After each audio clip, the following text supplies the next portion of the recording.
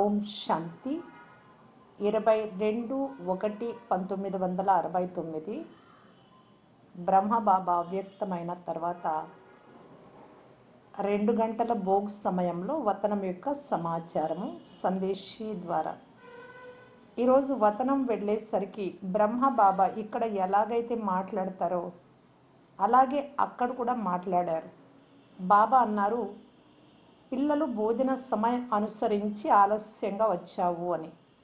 నేనన్నాను, బాబా మీరు 1:30 గంటలకి భోజనం తినే సమయం కదా, మధ్యాహ్నం 1:30కి అని నేనన్నా. బాబా చెప్పారు, బాబా ఎప్పుడైతే పిల్లలతో భోజనం తింటారో పిల్లలు తినేటప్పుడే తింటారు. తర్వాత బాబా నన్ను రమ్మని పిలిచారు. అక్కడికి వెళ్ళి చూస్తే ఎలాగైతే ఇక్కడ ఆఫీస్లో బాబా కుర్చీలో కూర్చొని లెటర్ వ్రాసేవారో అలాగే అక్కడ అదే కుర్చీ, అదే అట్ట, అదే పెన్సిల్ ఉన్నాయి. నేనైతే అలజడి అయ్యాను, ఈ అన్ని వస్తువులు వతనంలోకి ఎలా వచ్చాయి అని. తర్వాత బాబా ఒక పత్రం వ్రాసి నాకు ఇచ్చారు. నేను చదివాను. దానిలో ఇలా వ్రాసి ఉంది, స్వదర్శన చక్రధారి కంటి రత్నాలకు ప్రియ స్మృతులు. తర్వాత ఈరోజు అవ్యక్త రూపము ద్వారా అవ్యక్త స్థితిలో స్థితులైన పిల్లలని కలుసుకుంటూ ఉన్నాను.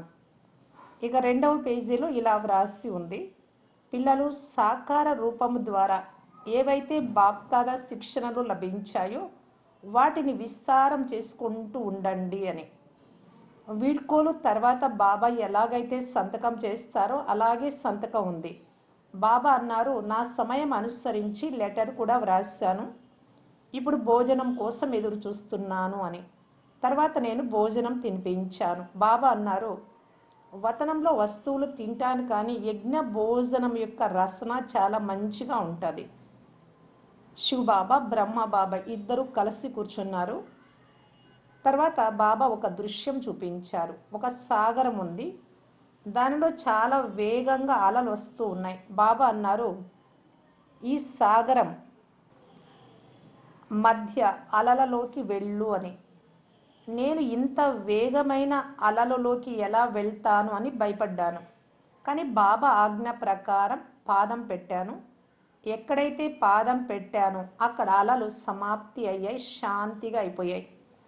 తర్వాత చూశాను, బాప్ దాదాలు ఇద్దరు దానిలో సాగరంలో చిన్న చిన్న నావలు ఉంచి ఆ సాగరం మధ్యలోకి తోశారు.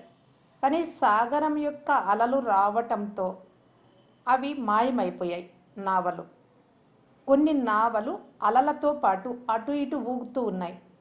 ఇవి చూడడంలో నిమగ్నమైపోయాను. ఆ తర్వాత ఆ దృశ్యం సమాప్తి అయిపోయింది. బాప్ దాదా అన్నారు, ఈ ఆట నేను ప్రత్యక్షంగా రచించా. ఏ పిల్లల జీవిత రూపీ నౌక బాబా వెంట ఉంటుందో అది చలించదు. ఇప్పుడు మీరు పరీక్షల రూపీ సాగరం మధ్యలో నడుస్తూ ఉన్నారు కనుక ఎవరి సంబంధం, ఎవరి చేయి బాప్ దాదా చేతిలో ఉంటుందో వారి జీవిత రూపీ నావ చలించదు, మునగదు. మీరు డ్రామా యొక్క ఆటగా భావించి నడిస్తే అలజడిలోకి రారు. ఎవరి బుద్ధి రూపీ చేయి తోడు బలహీనంగా ఉంటుందో వారే ఊగుతూ ఉంటారు. అందువలన పిల్లలు బుద్ధి రూపీ చేతిని గట్టిగా ఉంచుకోవడానికి ఎక్కువ ధ్యాస ఉంచుకోవాలి. తర్వాత నేను బాబా నుండి వీడ్కోలు తీసుకొని సాకార వతనంలోకి వచ్చేసాను.